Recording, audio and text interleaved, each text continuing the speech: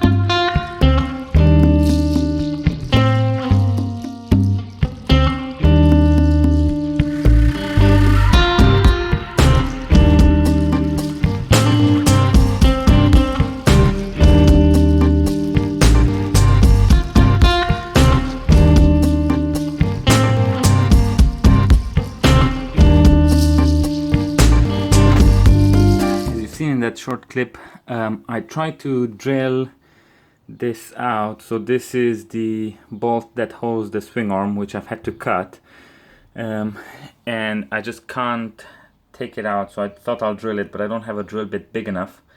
So all I managed to do is make a small hole in the big bolt. So I'll have to take it to some kind of machining shop who can either push it out or drill it out.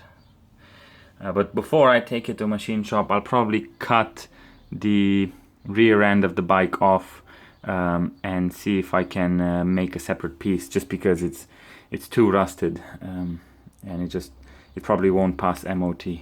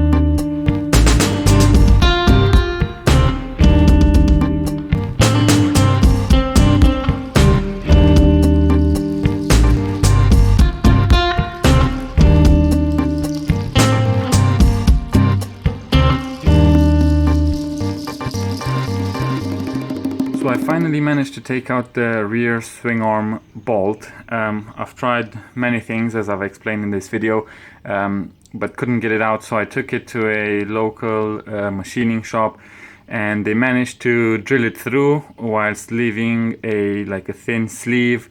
So once they drilled all the way through, we managed to basically collapse the sleeve inside and push it out with a screwdriver. So now it's out, but it cost me £60 to have it done.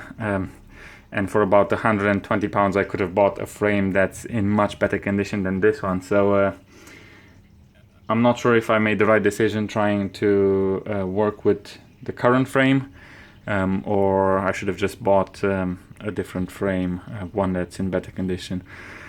I think what I'll have to do next is just address these holes here, maybe, not too sure how yet, but maybe I'll just cut a piece out and then weld a bit of metal in there.